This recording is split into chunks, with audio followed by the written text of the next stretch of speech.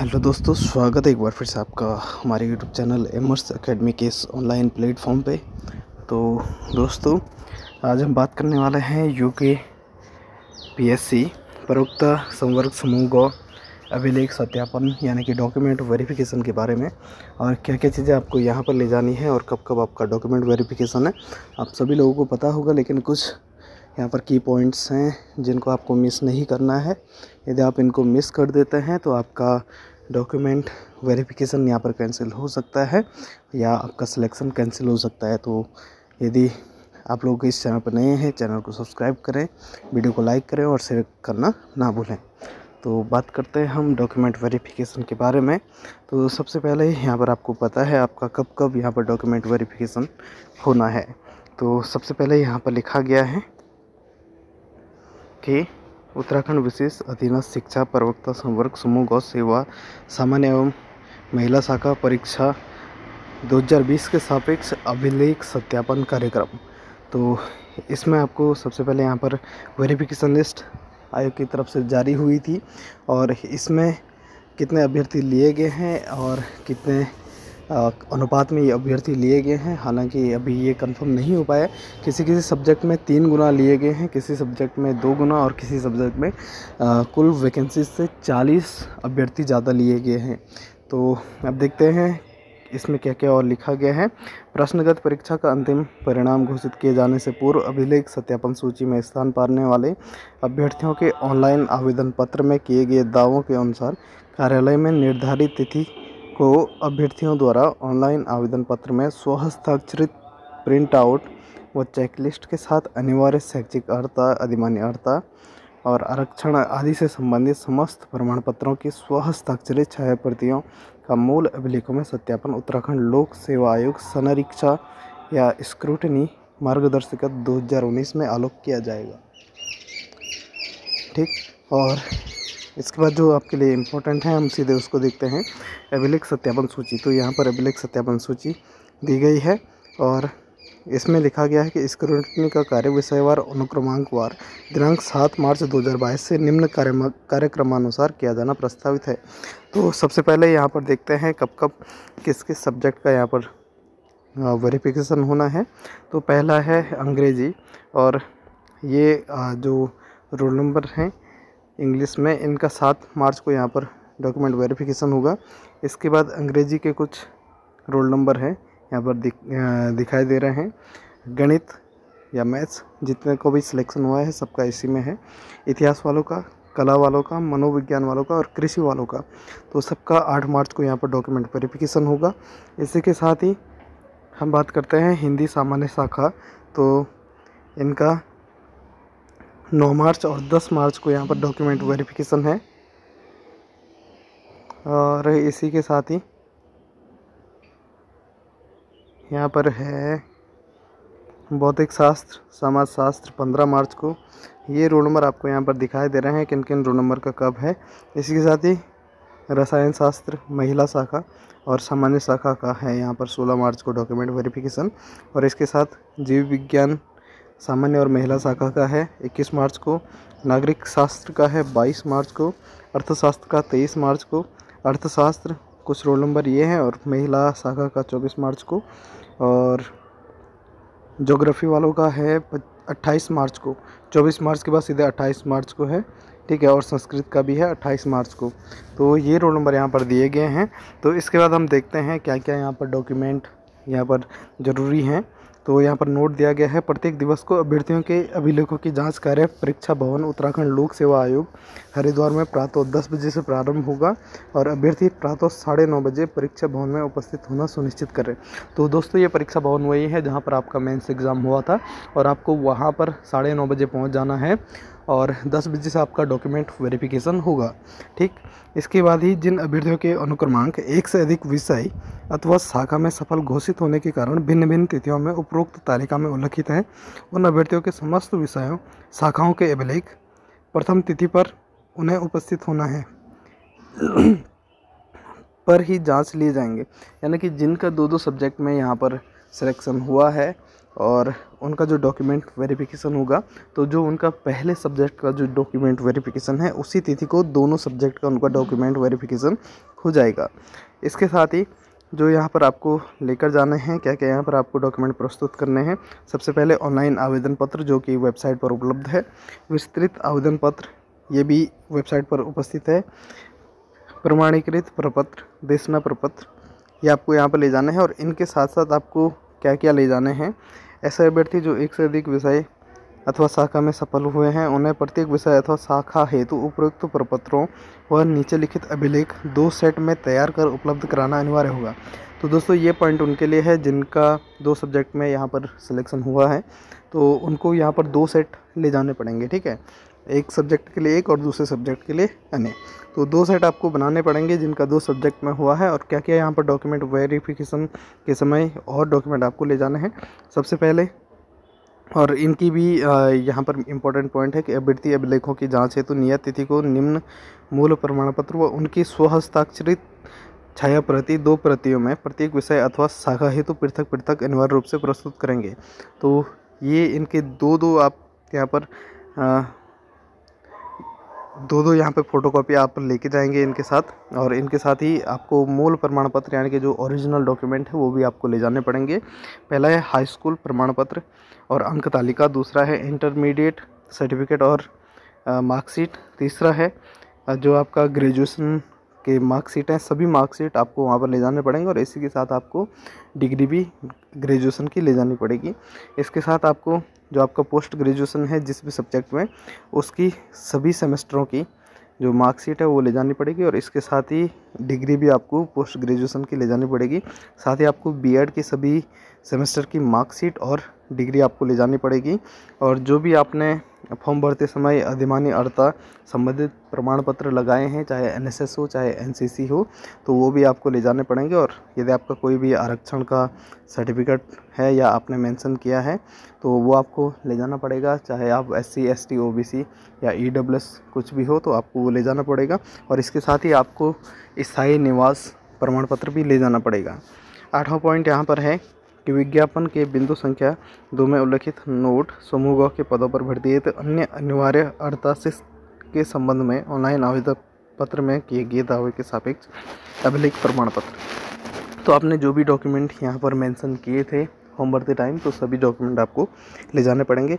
यदि अभ्यर्थी किसी केंद्र अथवा राज्य सरकार लोक प्रतिष्ठान के अधीन सेवारत है तो सेवा नियोजक द्वारा अनापत्ति प्रमाण पत्र, यदि आप लोग कहीं ऐसी सेवा में हैं जो चाहे राज्य सरकार की हो चाहे केंद्र सरकार की हो, तो वहाँ से आपको एनओसी लेनी पड़ेगी यानी कि नो ऑब्जेक्शन सर्टिफिकेट भी लेना पड़ेगा। तो 10वां पॉइंट है, यदि अभ्यर्थी के नाम पिता के नाम विभिन्न प्रमाण पत्रों में शामिल न हो तो उक्त के संबंध में शपथ पत्र मूल रूप में। तो यदि आप लोगों के नाम में कहीं करेक्शन है या आपका नाम कहीं पर गलत हो गया है या आपके फादर का नाम या मदर का नाम गलत हुआ है, तो आप लोग उसके लिए यहाँ पर एक शपथ पत्र जरूर लेके आएंगे। इसके साथ ही पूर्व सैनिक आरक्षण का दावा किए जाने की स्थिति में पूर्व सैनिक अभ्यर्थी इस आशय का शपथ पत्र या एफिडेविट अन्य अभिलेखों के साथ अवश्य संलग्न करें कि वे पूर्व सैनिक आरक्षण का लाभ लेकर पहले कभी भी सरकारी सेवा में नियोजित नहीं हुए हैं। तो वो लोग इसका शपथ पत्र भी यहाँ पर यहाँ पर ज़रूर लेके आएंगे जो पूर्व सैनिक हैं।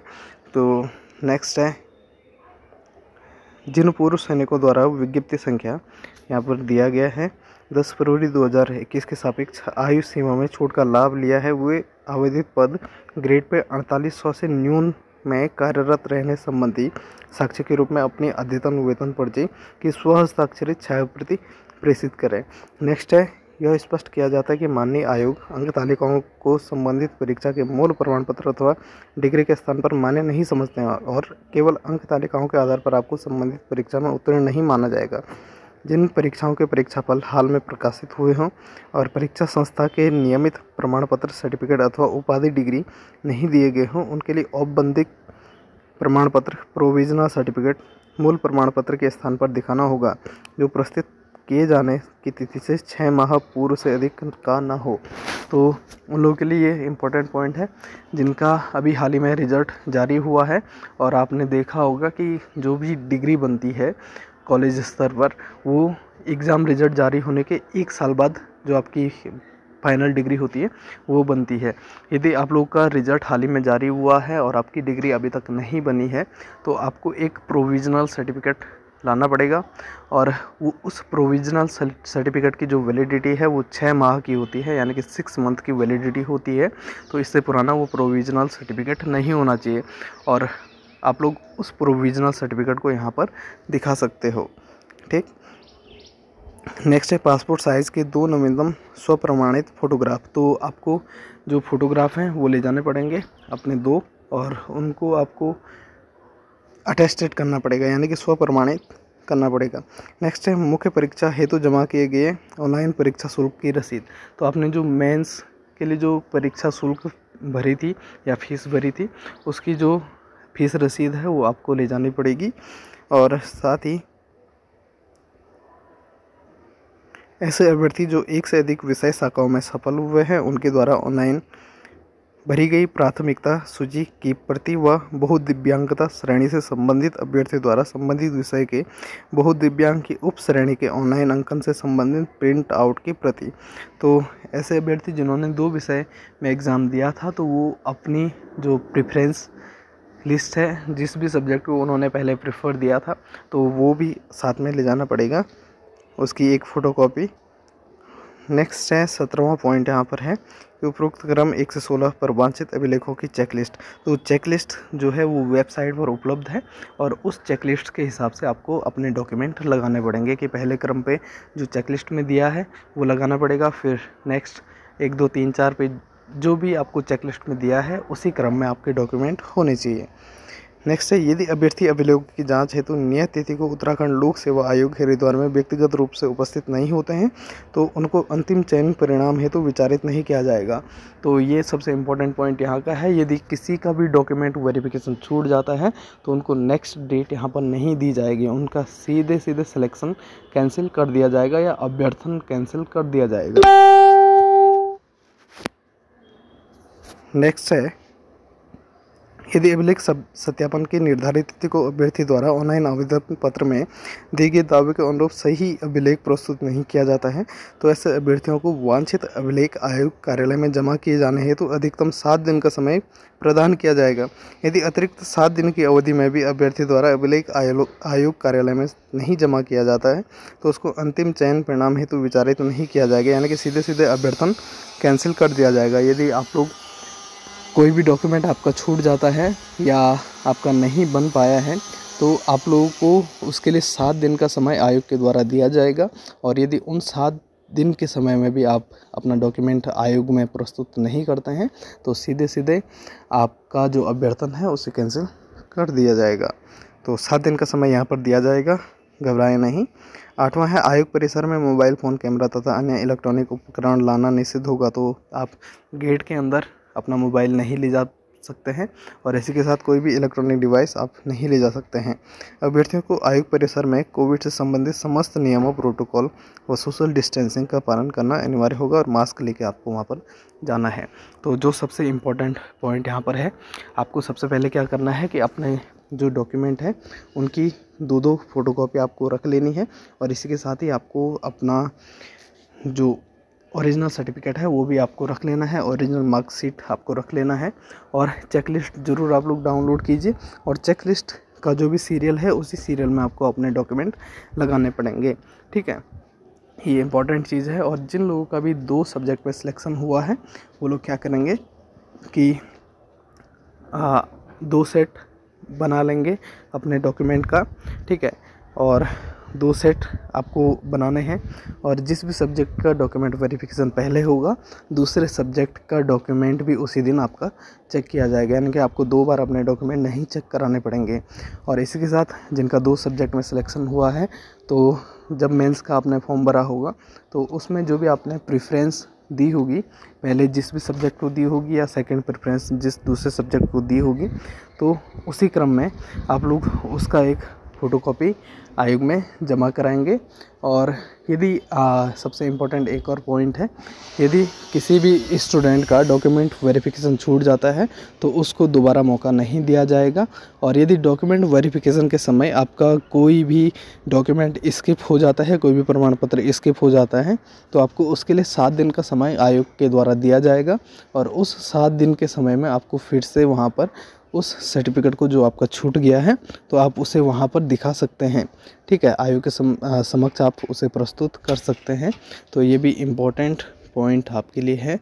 और इसी के साथ ही एक और इम्पोर्टेंट पॉइंट आपके लिए है,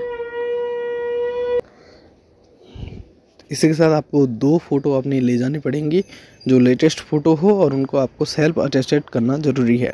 ठीक है, तो ये सब इम्पोर्टेंट पॉइंट आपके लिए था। यदि किसी को अभी भी डाउट है इन सब चीज़ों में तो वो लोग ज़रूर यहाँ पर कमेंट करें, और कमेंट में आपका जो भी क्वेश्चन होगा उसका आंसर जी आपको दिया जाएगा।